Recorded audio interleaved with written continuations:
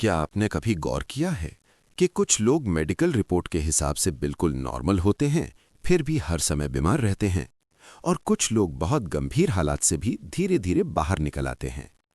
असल सवाल बीमारी का नहीं है, असल सवाल है बीमारी पैदा कहाँ होती है। आधुनिक विज्ञान अब ये मानने लगा है कि हम सिर्फ शरीर नहीं हैं, हम एक बायो इलेक्ट्रिकल सिस्टम है। हर विचार एक इलेक्ट्रिकल सिग्नल है, हर भावना एक केमिकल रिएक्शन है, और जब ये दोनों लंबे समय तक असंतुलित रहते हैं तो शरीर मजबूर हो जाता है बीमारी के रूप में संकेत देने के लिए।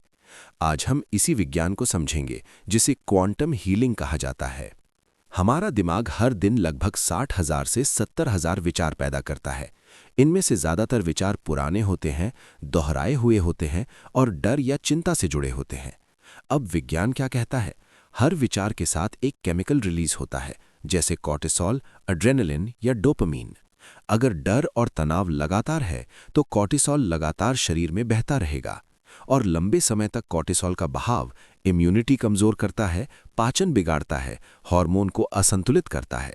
यानी बीमारी कोई अचानक घटना नहीं है, वो लंबे समय तक चली मानसिक और भावनात्मक स्थिति का परिणाम है। क्वांटम हीलिंग यहीं से शुरू होती है।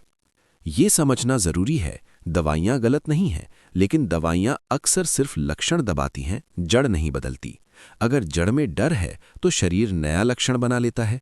इसीलिए एक बीमारी जाती है तो दूसरी शुरू हो जाती है।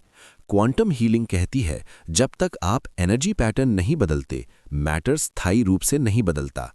यहीं ध्यान, जागरूकता और इंटेंशन काम करते हैं। क्वांटम फिजिक्स कहती है, पूरा ब्रह्मांड एक क्वांटम फील्ड है। इस फील्ड में समय अलग तरह से काम करता है, कारण परिणाम तुरंत नहीं दिखते, और चेतना सबसे बड़ा कारक होती है। जब आप गहरे ध्यान में जाते हैं तो आपका दिमाग बीटा से अल्फा, अल्फा से थीटा और कभी-कभी डेल्टा में जाता है। यही वो अवस्था है जहां शरीर रिपेयर मोड में जाता है। जब आप उस अवस्था में ये इंटेंशन देते हैं कि मैं स्वस्थ हूं, तो शरीर इसे भविष्य नहीं, वर्तमान सत्य मान लेता है। मैनिफेस्टेशन को लेकर सबसे बड़ा भ्रम यह है कि सोचने से चीजें मिल जाती हैं। नहीं, सोच नहीं, भावना काम करती है। आप जिस भावना में दिन का ज्यादातर समय रहते हैं, वही आपकी वास्तविकता बनती है। अगर अंदर बेचैनी है तो बाहर संघर्ष होगा, अगर अंदर शांति है तो बाहर समाधान आएंगे। इसलिए क्वांटम हीलिंग कहती है, पहले व्यक्ति बदलिए, फिर परिस्थिति बदलेगी। अधिकांश रिश्ते इसलिए टूटते हैं क्योंकि लोग अधूरे होकर दूसरे से पूरा होने की उम्मीद करते हैं, लेकिन अधूरापन अधूरापन ही आकर्षित करता है। जब आप खुद के साथ शांत होते हैं तो आप दूसरों के साथ हल्के हो जाते हैं। हीलिंग का मतलब सबको बदलना नहीं है, हीलिंग का मतलब है अपनी प्रतिक्रिया बदलना। अब सवाल ये है, क्वांटम हीलिंग को रोजमर्रा की जिंदगी में उतारें कैसे? अगर ये आदत नहीं बनेगी तो ये सिर्फ जानकारी बनकर रह जाएगी। सुबह उठते ही मोबाइल नहीं, न्यूज़ नहीं, सोशल मीडिया नहीं, बस बैठ जाइए। रीढ़ की सीधी, आंखें बंद, सांस पर ध्यान। मन से कहिए, मैं सुरक्षित हूं, मुझे अभी कुछ साबित नहीं करना।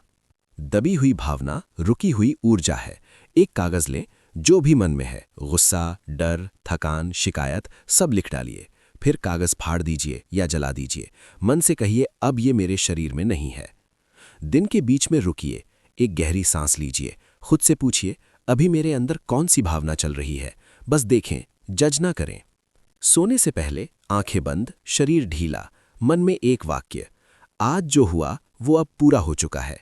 मेरा शरीर जानता है कैसे खुद को ठीक करना है।